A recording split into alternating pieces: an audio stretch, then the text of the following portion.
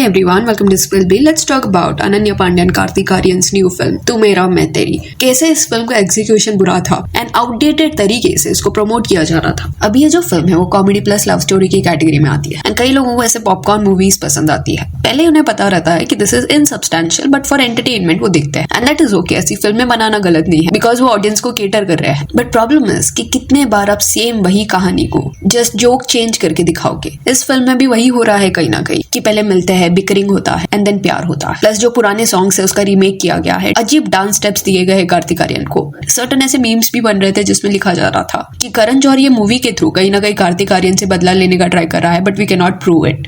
Obviously Dharma was not trying to do this but understand this कि वो इतना ज्यादा अजीब लग रहा है ये सब कि लोगों को समझ नहीं आ रहा कि हाउ कम ये लोगों ने अप्रूव किया ये सारे सीन्स को। एंड अनन्या एंड कार्तिक जिस वे से इस फिल्म को प्रमोट कर रहे थे, वो जो फेक केमिस्ट्री दिखाने का ट्राई कर रहे थे, that made no sense. Like एक इवेंट या एक फोटोशूट के दौरान ऐसा कुछ उन्होंने किया रहता, एक दूसरे के क्लोज आना, आंखों में आंखें डालना एंड वो हार्ट साइन बनाना इज अंडरस्टूड। बट बार बार ये करना, डिफरेंट लोकेशंस पे जाके ये करना, ये क्रिंज दिखता है। जो मार्केटिंग एंगल था वो भी स्ट्रॉन्ग नहीं था। एंड क्योंकि कुछ वक्त पहले धुरंधर फिल्म रिलीज हुई है एंड बहुत अच्छा परफॉर्म करी है थिएटर्स में, इस वजह से इट इज सेड कि तू मेरा मैं तेरी को इतने स्क्रीन्स भी नहीं मिल रहे थे। आप अगर रिव्यूज पढ़ोगे इस फिल्म के जो ऑडियंस ने दिए है उसमें कुछ ये लिखा हुआ दिखाई देगा, it's Uday Chopra's Neal and Nikki part 2। यहाँ पे लिखा गया था कि मॉर्निंग शो के लिए वो पर्सन गया था, थिएटर्स एम्प्टी थे। उसको लगा कि शायद फिल्म नहीं चलाया जाएगा बट चला गया एंड वो मूवी उसको नहीं पसंद आई। Cringe humour same like Neal and Nikki movie, same old 90s story which people and young audiences can not relate themselves. Acting is cringe. तो दैट इज द प्रॉब्लम। कहीं ना कहीं फिल्म मेकर्स इस point पे भी ये realise नहीं कर रहे कि जो आउटडेटेड कहानी है उसके साथ अभी की जनरेशन नहीं रिलेट कर पाएगी। एक पॉइंट पे वो फॉर्मूला चलता था बट अभी इतना ज्यादा ये सब देख लिया है कि लोग बोर हो चुके हैं। और ये चीज हॉलीवुड में भी होता है। एवरी ईयर क्रिसमस के पीरियड में क्रिसमस फिल्म्स आती है एंड वहां की भी ऑडियंस कहीं ना कहीं उससे ऊब चुकी है। जैसे जोनस ब्रदर्स की भी रिसेंटली एक फिल्म आई है, a very Jonas movie, and उसको देखने के बाद भी कई लोगों का यही कहना था कि it is very cringe. And दूसरा एक रिव्यू था कि irritating characters. I went into theatre without any prior knowledge. I guessed it to be a comedy romance based on the title, but that was it. Cringe acting and no storyline whatsoever. The entire movie could be predicted from the trailer itself. It sometimes feels these actors are being forced to do such trash movies. I don't know how, but do people not realize while making the movie that it is trash? We really need better movies in Bollywood. And exactly ये सवाल कई लोगों के मन में आता है। Even नादानिया के वक्त भी कई लोग ये सवाल पूछ रहे थे कि क्या ये मूवी जब बन रही थी तब लोगों को समझ नहीं आ रहा था कि कितना बुरा ये दिख रहा है स्क्रीन पे, कैसे ये अप्रूव हुआ। सेम सवाल अभी कार्तिक एंड अनन्या के फिल्म से रिलेटेड लोग पूछ रहे हैं। जब फिल्म प्रोडक्शन इनिशियल स्टेज में रहता है, कहानी वगैरह नरेट किया जाता है, क्या उस पॉइंट पे एक्टर्स को नहीं समझ आता कि ये स्क्रिप्ट इतना एंटरटेनिंग नहीं है? स्टिल ऐसे फिल्म्स को हाँ क्यों बोला जाता है? एंड ये जो लिखा गया है कि कोई फोर्स कर रहा है क्या इन एक्टर्स को ऐसे ट्रैश मूवीज में काम करने के लिए, तो इट सीम्स एज इफ कि इनडायरेक्ट प्रेशर उन पे रहता है। जैसे कि if you remember Kartik Aaryan का धर्मा के साथ प्रॉब्लम हुआ था, करण जौहर के साथ झगड़ा हुआ था एंड इट इज सेड कि ये दोस्ताना फिल्म का जो और एक पार्ट बन रहा है उस फिल्म के दौरान इशू हुआ था। कास्ट मेंबर्स सब फाइनलाइज हो गए थे, ऑफिशियल अनाउंसमेंट भी हुआ था कि कार्तिक आर्यन एंड जानवी कपूर ये फिल्म कर रहे हैं एंड ये कुछ 2021 की बात है।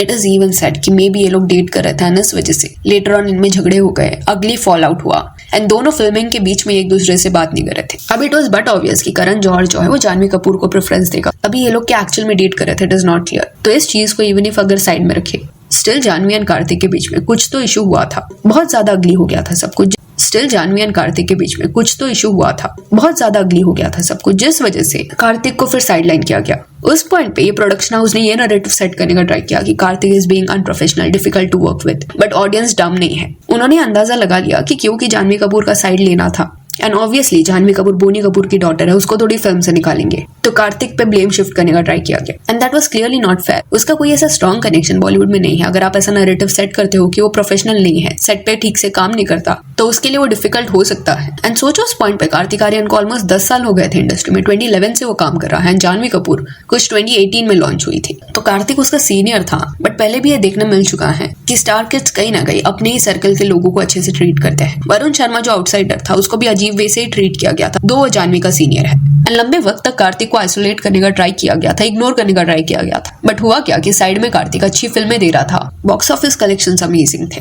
एंड ये बात जब बाहर आई कि करण जौहर का प्रॉब्लम चल रहा है कार्तिक के साथ, उस पॉइंट पे ये चीज जो है वो करण जौहर के अगेंस्ट गई। तो देखा जाए तो it was a good decision कि उन्होंने अपने इश्यूज सॉर्ट कर लिए। बट यहाँ पे कहीं ना कहीं इट सीम्स एज इफ कि क्योंकि कार्तिक एंड करण जौहर को एक पॉइंट पे एक दूसरे के साथ काम करना ही था, तो जब ये फिल्म आई एंड कार्तिक आर्यन को जब ये ऑफर हुआ होगा, उस पॉइंट पे मे भी कार्तिक ने सोचा होगा कि चलो मना नहीं करते इसको, बिकॉज इन केस वो मना करता तो वापस पॉसिबिलिटी था कि सामने वाला अपसेट हो जाता उससे। तो ये भी जो इमोशनल एंगल है वो भी एक इनडायरेक्ट प्रेशर होता है एक्टर्स के ऊपर। चीजें सॉर्ट करने के चक्कर में बुरी मूवी को भी हाँ बोलना पड़ता है। एंड दूसरी तरफ अनन्या पांडे की बात करें तो देखा जाए तो धर्मा ने उसका करियर सेट किया है। इट इज बट ऑब्वियस कि वो करण जौहर को प्रायोरिटी देगी। बैक टू बैक जो प्रोजेक्ट्स रहे हैं उसके, वो इसी प्रोडक्शन हाउस के अंडर रहे, तो इवन इफ कहानी भी बुरी है she will say yes, because एक अनसेट रूल रहता है एक्टर्स एंड प्रोड्यूसर्स के बीच में कि जिनको वो लॉन्च करते हैं वो इन अ वे उस प्रोडक्शन हाउस के साथ लॉयल रहेगा। एंड अनन्या को भी ऑलरेडी बॉलीवुड में 7 साल हो चुके हैं, स्टिल अभी तक उसका वो होल्ड नहीं है इंडस्ट्री में। कोई ऐसा स्पेसिफिक प्रोजेक्ट उसका नहीं रहा है जिसमें लोगों को उसकी एक्टिंग याद रहे।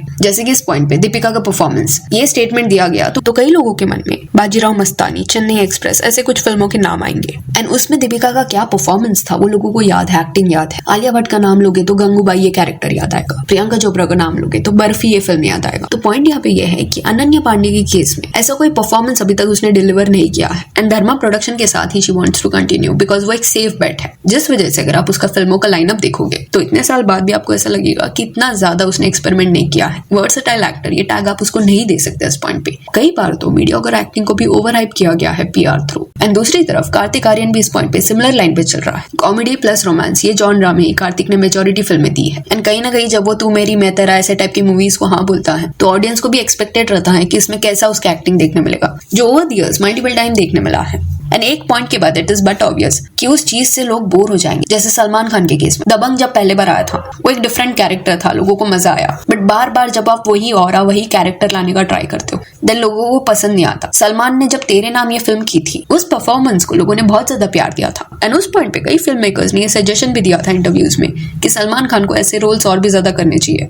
अगर वो यही डिसीजन लेता है कि भाईजान वाला ही एक्ट उसको कंसिडर करना है, एवरी फिल्म में मारपीट के सीन्स करने हैं, ऐसा हीरो जिसको कोई डिफीट नहीं कर सकता, यही ऑरा कैरी करना है, तो मे बी एक पॉइंट के बाद उनका परफॉर्मेंस लोगों के लिए प्रिडिक्टेबल हो जाएगा, नहीं पसंद आएगा। एंड कहीं ना कहीं वही हुआ सलमान के केस में। कार्तिक आर्यन ने इंडस्ट्री में 2011 से काम करना शुरू किया है, तो अभी इस पॉइंट पे 14 ईयर्स उनको कंप्लीट हो गए हैं। एंड अगर आप उनके फिल्मों का लाइनअप देखोगे तो कुछ फिल्मों में उनका डिफरेंट कैरेक्टर देखने मिला है। अदरवाइज तो भूल भुलैया, तू मेरी मैं तेरा, शहजादा, लुका छुपी, सोनू की टीटू की स्वीटी, प्यार का पंचनामा, पति पत्नी और वो, प्यार का पंचनामा 2, ये सब में टोन सेम था। And because Kartik Aaryan self made है तो people are actually rooting for him. Bhool Bhulaiyaa 2 के वक्त लोगों ने वो सपोर्ट दिखाया था। कई लोग हेट भी दे रहे थे कि अक्षय कुमार को इसने क्यों रिप्लेस कर दिया, बट कई लोगों ने बहुत ज्यादा बेनिफिट ऑफ द डाउट भी दे दिया बिकॉज वो कार्तिक आर्यन है। वही अगर स्टार किड ने रिप्लेस किया होता अक्षय कुमार को तो वो एक्सेप्टेंस नहीं मिलता जितना कार्तिक आर्यन को एक्सेप्टेंस मिला है। बट वो लव एंड सपोर्ट भी एक पॉइंट तक ही एक्सटेंड होगा। अभी हो भी क्या रहा है कि लोग पसंद करते हैं उसको, बट ये फिल्म एक्चुअली इतना अच्छा नहीं था। एंड धर्मा का भी ये बहुत अजीब लॉजिक है, ये कौन सा ऑब्सेशन है उनका कि ऐसी अजीब कहानियों को उनको हिट बनाना है या बार बार पुश करना है ऑडियंस की तरफ, जबकि नदानिया के वक्त क्लियर एक वर्डिक्ट उन्होंने दे दिया था कि we do not like such films. Even Sunny Sanskari के वक्त भी सेम रिएक्शन देखने मिला। तो एक ही साल में मल्टीपल ऐसी सिमिलर कहानियां आप क्यों पुश करते हो जो थोड़ा बहुत सिमिलर फॉर्मेट में आती है। एंड हर एक मूवी में क्रिंज एक्टिंग देखने मिला है, क्रिंज डायलॉग्स देखने मिले हैं। So yeah, that's it for this video. Do let me know कि कार्तिक आर्यन और अनन्या पांडे की फिल्म के बारे में आपका क्या कहना है। And if you want, you can follow us on Instagram, जिसका लिंक आपको डिस्क्रिप्शन में मिल जाएगा। और ये वीडियो अच्छी लगी तो लाइक एंड शेयर करिए और ऐसे और अपडेट्स के लिए चैनल को प्लीज सब्सक्राइब करिए। Thank you.